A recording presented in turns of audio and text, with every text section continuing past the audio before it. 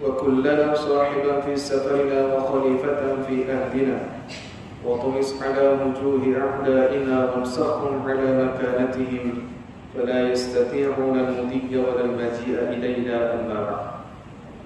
Jazakallah khairal jazak pada pengacara majlis yang saya muliakan, untuk kampung yang hadir bersama pada malam ini, pengerusi dan seluruh jawatan kuasa masjid, para asatidzah, tuan-tuan guru, para alim ulama, tuan-tuan haji, puan-puan hajjah, ayahanda bunda muslimin muslimat, hadirin hadirat yang dimuliakan oleh Allah Subhanahu wa taala. Alhamdulillah, puji syukur kita kehadirat Allah Subhanahu wa taala pada malam yang diberikan keistimewaan dan malam yang diberikan kasih sayang Allah Subhanahu wa taala, yang mana malam ini adalah menjadi saksi yang sangat penting dan utama untuk seseorang hamba kepada Allah, dibawakan setiap amalnya kepada Allah Subhanahu wa taala dengan perkara yang terbaik yang pernah dilakukan. Dan pertemuan kita pada malam ini adalah pertemuan yang pernah dilakukan oleh sekalian para sahabat radhiyallahu anhum ajma'in, yang mana didatangi oleh baginda Rasulullah sallallahu alaihi wasallam, yang ketika itu Nabi bertanya kepada para sahabat yang sedang berkumpul. Ditanya oleh baginda Rasulullah, apakah yang sedang kalian lakukan? Maka para sahabat radhiyallahu anhum ajma'in mengatakan, kami sedang memuji dan mengagungkan Allah, dan kami sedang memuji dan mengagungkan wahai Rasulullah. Daripada perhimpunan yang telah pun dimaklumkan oleh sahabat kepada Nabi SAW, maka dijadikan respon yang dilakukan oleh Nabi SAW adalah dengan meraihkan dan membenarkan serta diberikan hadiah yang terbaik kepada para sahabat radhiyallahu anhum ajma'in, yaitu dengan kalimahnya, Allah sedang membangga-banggakan kalian di hadapan para malaikat Allah Subhanahu wa taala. Himpunan kita pada malam ini adalah himpunan untuk membesarkan Allah. Himpunan kita pada malam ini adalah untuk mengembalikan dan berterima kasih kita kepada Nabi Muhammad sallallahu alaihi wasallam atas kehadiran baginda, atas kewujudan baginda, dan atas pemberian hadiah oleh Allah melalui baginda sallallahu alaihi wasallam. Pada malam ini kita mendapatkan pelbagai nikmat dan pelbagai kurniaan dan serta kelebihan daripada Allah Subhanahu wa taala. Satu ketika Nabi Muhammad sallallahu alaihi wasallam memberikan pengkhabaran kepada para sahabat dengan dibuatkan satu perumpamaan. Kata Rasulullah, apakah pandangan kalian kepada satu orang yang bekerja dan kemudian kerjanya itu daripada pagi sampai ke petang dan diberikan upah gaji untuk pekerjaannya itu dengan sekali ganda, berbanding dengan satu orang yang kerjanya daripada pagi sampai tengah hari dan diberikan upah ganjaran gaji kerjanya itu dengan 2 kali ganda. Para sahabat mengatakan, ya Rasulullah, yang kedua itu nampak macam tak adil, kerana kerjanya hanya separuh hari tetapi mendapatkan 2 kali ganda. Yang kerja yang awal pagi sampai ke petang hanya sekali ganda. Kata baginda Rasulullah sallallahu alaihi wasallam, ketahuilah itulah yang telah Allah berikan kepada umat aku, yang ini dengan mempunyai kelebihan yang sangat banyak walaupun hidupnya yaitu antara 60 hingga 70 tahun, kata baginda Rasulullah sallallahu alaihi wasallam.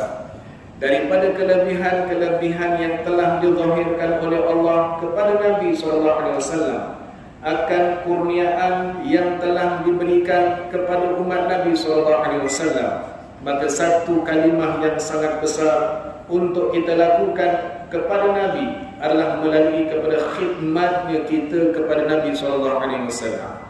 Daripada perjalanan khidmat dibawakan kepada beberapa kisah awal, dan dengan khidmat itulah akan melahirkan rasa rindu dan cinta yang luar biasa kepada para sahabat radhiyallahu anhum ajma'in, sehingga mereka ini diberikan gelaran oleh Nabi dengan kurun yang terbaik, melalui kepada para sahabat, diikuti oleh para tabi'in, dan kemudian diikuti oleh tabi'in, merupakan antara kurun yang terbaik yang pernah diiktiraf oleh Nabi SAW. Para guru kami mengatakan bahawa kenapa mereka menjadi umat yang terbaik dan kurun yang terbaik, kerana pada waktu tersebut kehidupan mereka tak pernah terputus, melainkan bicara mereka adalah hanya Nabi Muhammad SAW. Kalau bertemu di pasar, maka akan dibalikkan peristiwa di pasar sebagaimana mereka hidup dengan Nabi SAW. Ketika mana mereka berada di dalam masjid, akan diceritakan perihalnya Rasulullah SAW. Ketika mana berjumpa sesama mereka untuk menghubungkan silaturahim, yang diceritakan kepada mereka adalah Rasulullah SAW. Tidak pernah terputus walaupun satu waktu dan saat mereka yang untuk mereka hidupkan, melainkan penceritaan mereka adalah dengan Nabi Muhammad SAW. Dan ini menunjukkan bagaimana khidmat mereka, kerinduan mereka, kecintaan mereka yang telah dizahirkan kepada baginda Nabi Muhammad SAW, dan mereka mendapatkan bahagian natijah yang terbaik dan pemberian oleh Allah yang sangat tertinggi, iaitulah syurga Allah Subhanahu wa taala.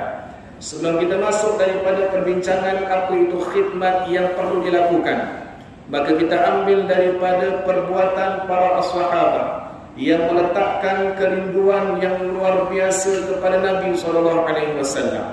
Kata Sayyidina Bilal ibn Rabah radhiyallahu ta'ala anhu arda, yang setelah mana kewafatan Nabi, beliau berhijrah ke Damsyik Syria, yang pada waktu tersebut dikatakan, satu hari aku didatangi mimpi oleh Nabi SAW.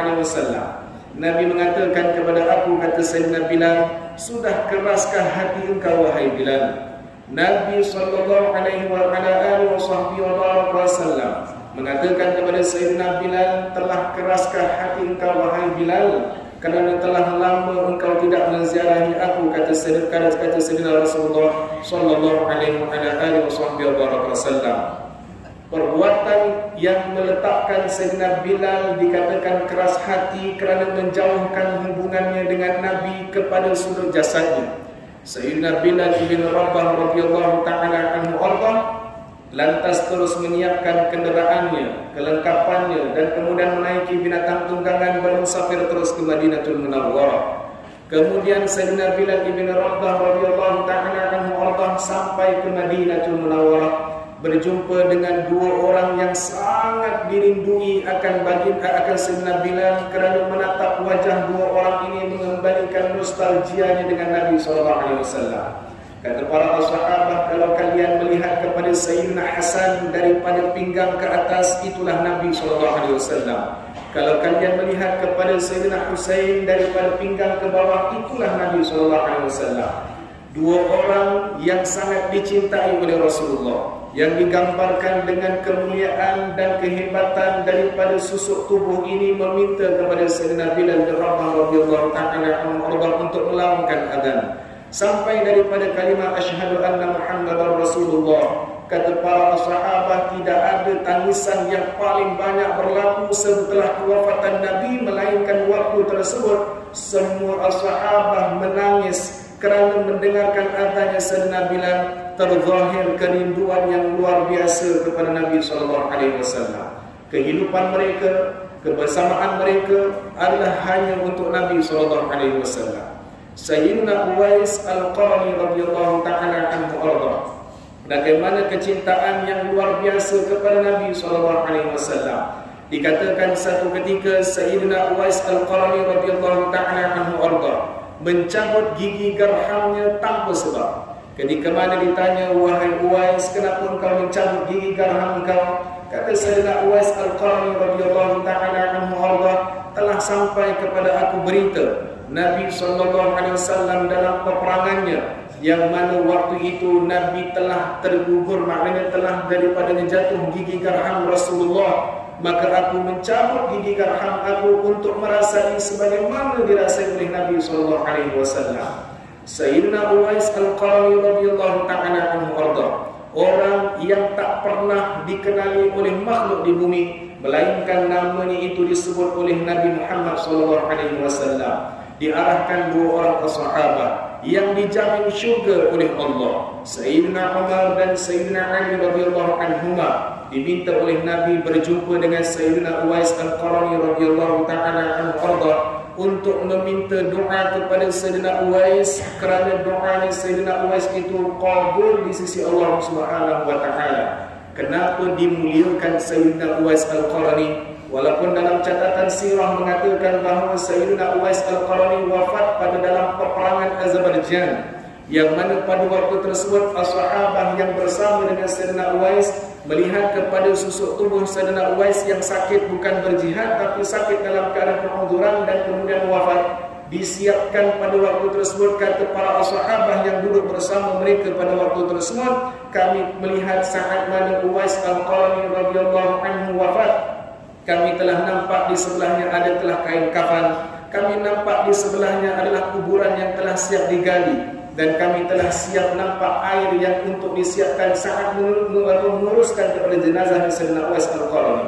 Kami siapkan untuk beliau ini dimandikan, dikafankan, disolatkan dan dikebumikan. Kata guru kami Fadilatul Syekh Muhammad Nazir bin Abdul Nasir, ketika mana beliau mensyarahkan perkataan guru beliau itu Fadilatul Syekh Dr. Usama Al-Azhari, meletakkan bagaimana Sayyidina Uwais Al-Qarni setelah mana dimakamkan, pada waktu tersebut mereka orang sahabat yang lain pergi dan kembali mereka semula setelah mana habis peperangan. Kuburnya Sayyidina Uwais Al-Qarni telah dihinakan oleh Allah Subhanahu wa taala dan tidak dijumpai di mana kuburnya.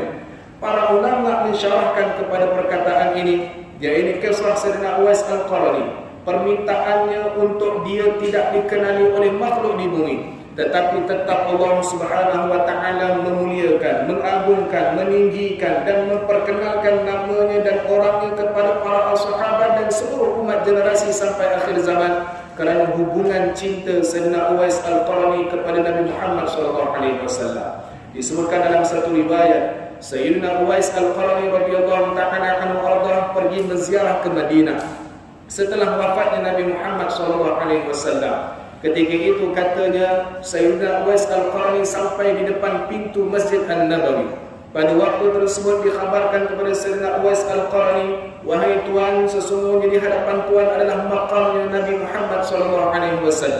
Saat mendengar pengkhabaran itu adalah makamnya Rasulullah, terus pengsan Sayyidina Uwais Al-Qarni kerana rindu dengan Nabi Muhammad sallallahu alaihi wasallam.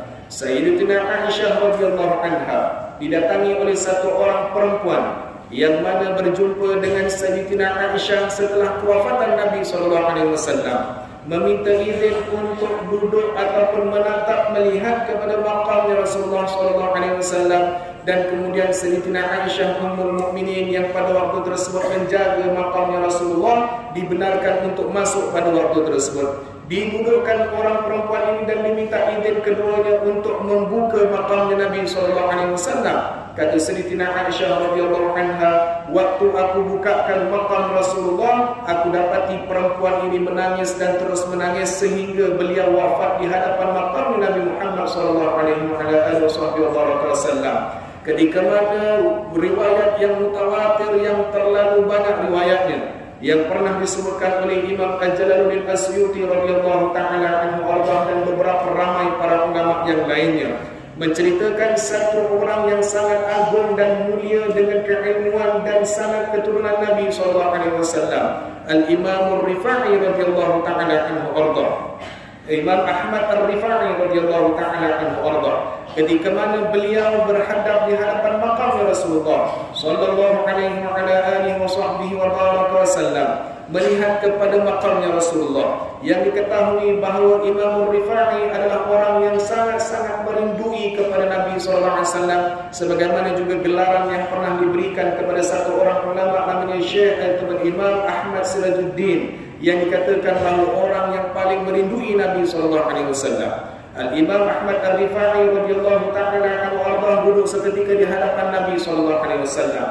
Dikatakan kepada Rasulullah dengan syairnya, saya ambil hanya terjemahan lebih kurang mafhumnya. Kata Al-Imam Ar-Rifa'i, ya Rasulullah, aku hadir pada hari ini dengan jasad aku, wahai Rasulullah. Sebelum ini kalau aku rindu, aku akan hantar roh aku untuk bertemu dengan roh engkau, wahai Rasulullah. Tetapi saat dan ketika ini aku hadir dengan jasad dan roh aku, wahai Rasulullah. Izinkan untuk aku bersalaman dengan engkau ataupun ingin bersentuhan bibir aku yang memuji kepada engkau dengan tangan engkau, wahai Rasulullah. Para ulama yang mengatakan dalam mensyarahkan cerita ini, yang juga disyarahkan oleh guru-guru kami, yang mana dikatakan bahawa Al-Imam Ar-Rifa'i dengan beberapa orang yang lain pada waktu tersebut, sehingga kan dalam riwayat mengatakan ribuan orang melihat dengan mata kasar mereka tangan Nabi SAW keluar daripada makamnya Rasulullah, menyentuh kepada bibirnya Sayyidina Imam Ahmad Ar-Rifa'i dan meletakkan keredaan kerana kerinduan yang luar biasa diridai oleh Rasulullah SAW dengan perbuatan Imam Ahmad Ar-Rifa'i radhiyallahu ta'ala anhu. Beberapa kisah-kisah ini adalah menunjukkan bagaimana respon dan juga tindak balas dan juga dalam keadaan memberikan baik semula kepada kecintaan, kerinduan daripada kalangan as-sahabat yang berlaku di zaman Imam Ahmad Ar-Rifa'i adalah tahun 550 Hijriah, yang mana mengatakan bahawa setelah habisnya pada zaman kurun terbaik tetap berlaku Nabi sallallahu alaihi wasallam memuliakan, mengiktiraf dan memberikan manfaat kepada orang yang telah merindukan dan bercinta dengan Nabi Muhammad sallallahu alaihi wasallam. Muslimin muslimat, hadirin hadirat yang dimuliakan oleh Allah Subhanahu wa taala. Ini adalah beberapa kisah yang diambil untuk mengembalikan bahawa kita hadir pada hari ini adalah untuk mengembalikan cinta kita dengan Nabi Muhammad sallallahu alaihi wasallam. Antara yang telah digariskan oleh para ulama yang pernah disyarahkan oleh Imam Ibn Athaillah As-Sakandari radhiyallahu ta'ala anhu di dalam melihat untuk bercinta dengan Nabi sallallahu alaihi wasallam yang telah digariskan oleh Al-Imam Al-Ghazali radhiyallahu ta'ala anhu yaitu satu orang perlu membalas cinta kepada seseorang ataupun satu orang akan jatuh cinta dengan seseorang itu dengan 3 perkara. Pertama, dengan khidmat kebaikan yang telah dilakukan. Yang kedua, dengan keindahan yang ada kepada jasadnya. Dan yang ketiga adalah dengan akhlak yang sempurna. Kata Al-Imam Al-Ghazali radhiyallahu ta'ala anhu, tidak akan didapati 3 ini yang sempurna melainkan semuanya akan dibalikkan kepada Nabi Muhammad sallallahu alaihi wasallam. Kecintaan ini perlu melalui kepada jalan yang akan kita lalui sebagaimana pencinta Nabi sallallahu alaihi wasallam lalui. Sayyidina Umar bin Khattab radhiyallahu ta'ala anhu meletakkan antara syarat orang ingin berjalan sebagai pencinta Nabi sallallahu alaihi wasallam mestilah dimulakan dengan berdoa kepada Allah Subhanahu wa taala. Jangan ditinggalkan doa kepada Allah untuk meletakkan diri kita ini supaya dicintai dan mencintai Nabi sallallahu alaihi wasallam. Kata Sayyidina Umar Al-Khattab radhiyallahu taala anhu arda, aku tidak pernah risau dan aku tidak pernah terbeban sama ada doa aku ini diterima oleh Allah ataupun tidak, kerana aku yakin kalau sempurna doa aku dengan syarat-syarat yang diletakkan oleh Allah Subhanahu wa taala, pasti doa aku akan diterima oleh Allah Subhanahu wa taala. Yang aku risaukan adalah bagaimana aku berdoa kepada Allah. Ya, ini satu orang yang ingin menzahirkan rasa cinta dengan Nabi Muhammad sallallahu alaihi wa ala alihi wa sahbihi wa baraka wasallam adalah mesti melalui kepada jalan berdoa kepada Allah. Yang perlu ditekankan adalah bagaimana keadaan doa seseorang kepada Allah Subhanahu wa taala. Salah satu daripada disyarahkan oleh para ulama yang akan mendapatkan kecintaan setelah mana berdoa adalah dengan benarnya permintaan dalam doanya kepada Allah Subhanahu wa taala. Bagaimana satu orang ingin mengetahui akan benarnya doanya kepada Allah setelah mana dia berdoa dan dia berusaha untuk melakukan apa yang terbaik untuk doanya, khusus kepada orang yang bercinta dengan Nabi Muhammad sallallahu alaihi wa ala alihi wa sahbihi wa baraka wasallam, maka akan lahirlah khidmat yang mereka akan lakukan untuk Nabi sallallahu alaihi wasallam. Para sahabat telah maklum dan masyhur akan perbuatan khidmat mereka kepada Nabi sallallahu alaihi wasallam. Para sahabat telah pun kita maklum akan keyakinan mereka dengan Nabi sallallahu alaihi wasallam. Tetapi mari sama-sama kita ambil pada malam ini, walaupun cerita ini sebagai pengulangan kita, mudah-mudahan ada penambahan dalam kerinduan dan kecintaan dan membenarkan permintaan kita dalam doa kepada Allah untuk bercinta dengan Nabi Muhammad sallallahu alaihi wa ala alihi wasallam.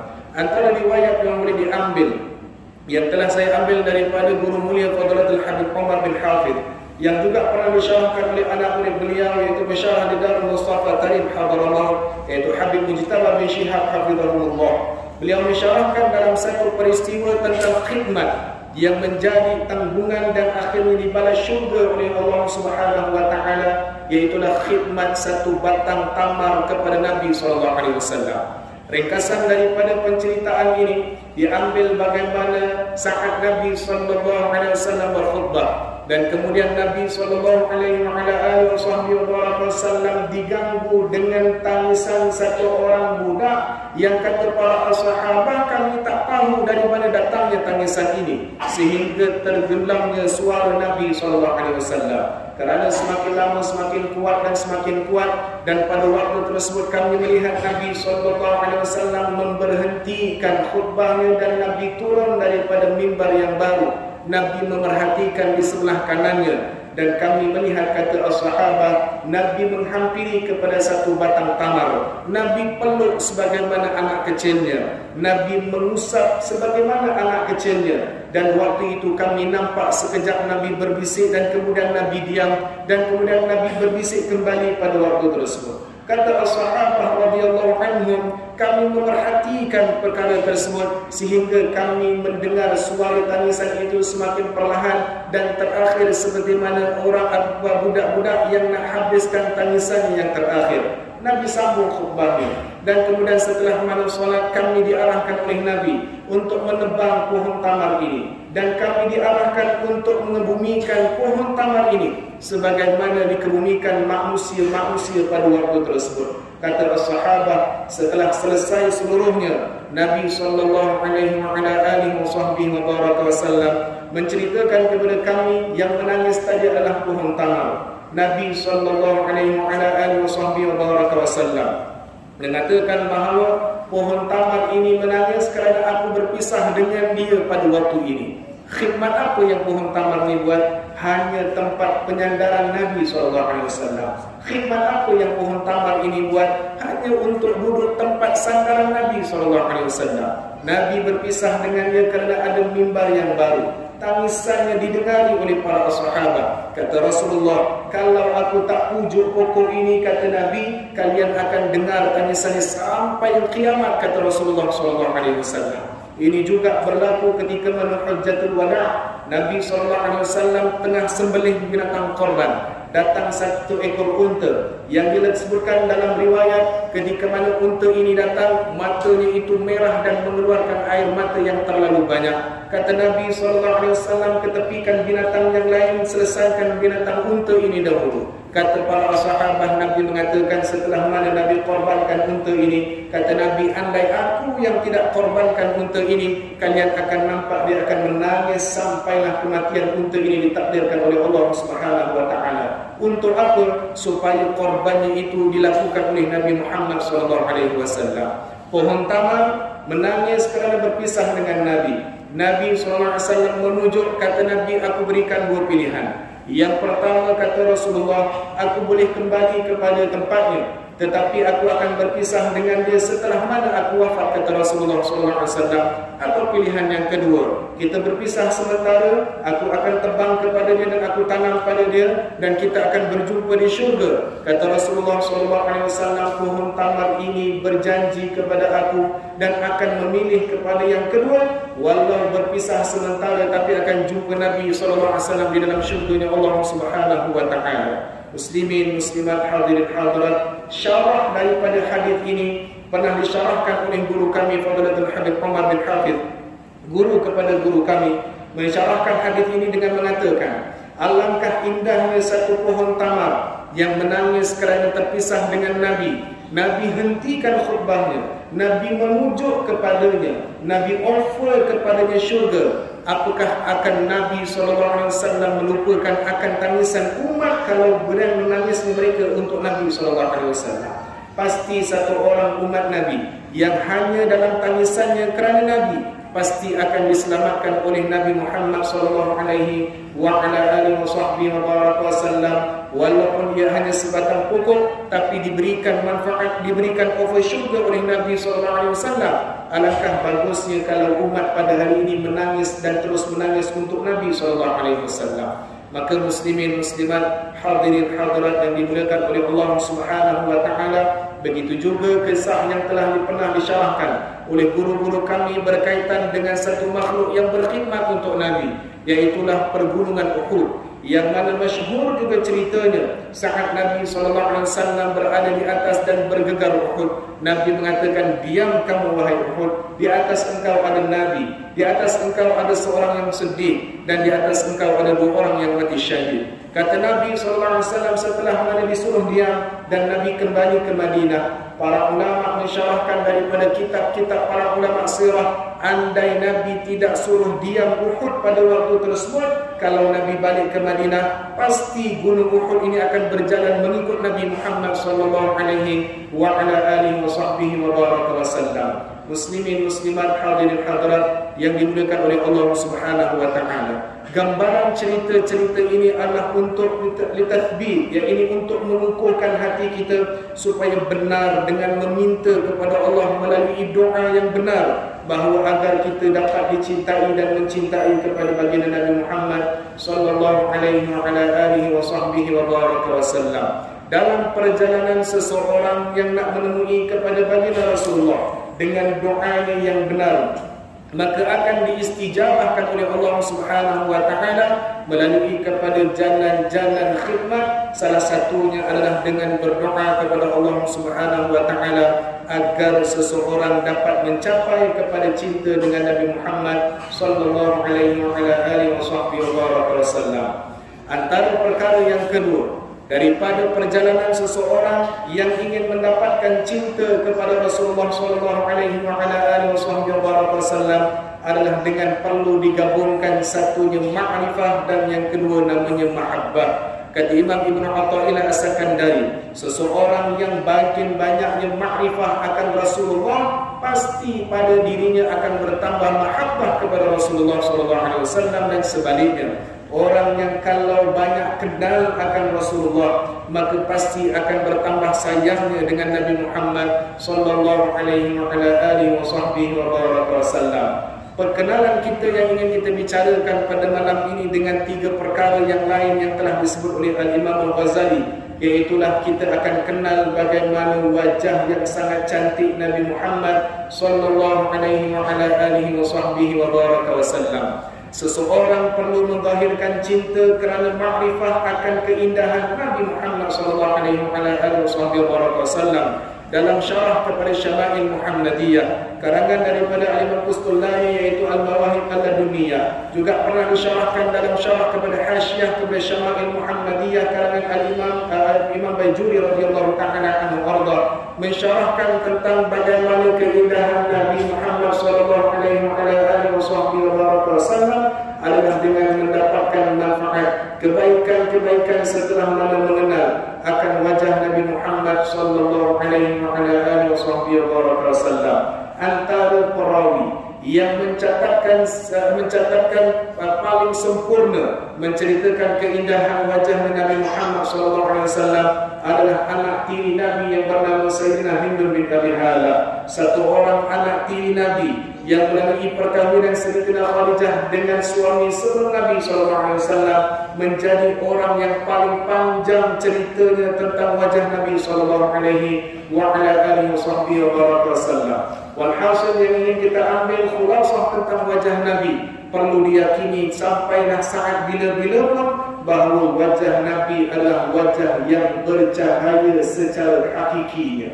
Bukanlah bercahaya kerana dengan keadaan kiasannya, bukanlah bercahaya disebabkan perumpamaannya. Kerana Sayyidatina Aisyah radhiyallahu anha mengatakan dalam satu riwayat, kata Sayyidatina Aisyah, aku dalam keadaan berada dalam bilik dan kemudian jarum aku ingin menjadi itu terjatuh. Nabi SAW masuk ke dalam bilik, aku menjumpai jarum tadi. Kata Sayyidatina Aisyah, ya Rasulullah, terangnya wajah engkau ini ya Rasulullah, sampai aku boleh nampak jarum yang jatuh pada waktu tersebut. Ini merupakan zahir yang telah Allah siapkan penciptaan wajah kepada Nabi SAW dengan kaitan cahaya yang sangat terang, yang sangat hebat, yang sangat indah, yang telah diciptakan oleh Allah Subhanahu wa taala. Dalam riwayat yang lain, ketika mana Allah Subhanahu wa taala menceritakan tentang Sayyidatina Aminah radhiyallahu anha menceritakan tentang peristiwa kelahiran Nabi sallallahu alaihi wasallam sebagaimana yang telah disyarahkan oleh guru kami yang mulia Tuan Guru Haji Musa, ketika Haji Saleh bin Musa, ketika mana meletakkan peristiwa kelahiran baginda Nabi Muhammad sallallahu alaihi wasallam yang waktu itu dilahirkan oleh Sayyidatina Aminah radhiyallahu anha alaihi wassalatu wassalam, yang insyaallah ini kita akan ceritakan setelah mana lawan kata insyaallah.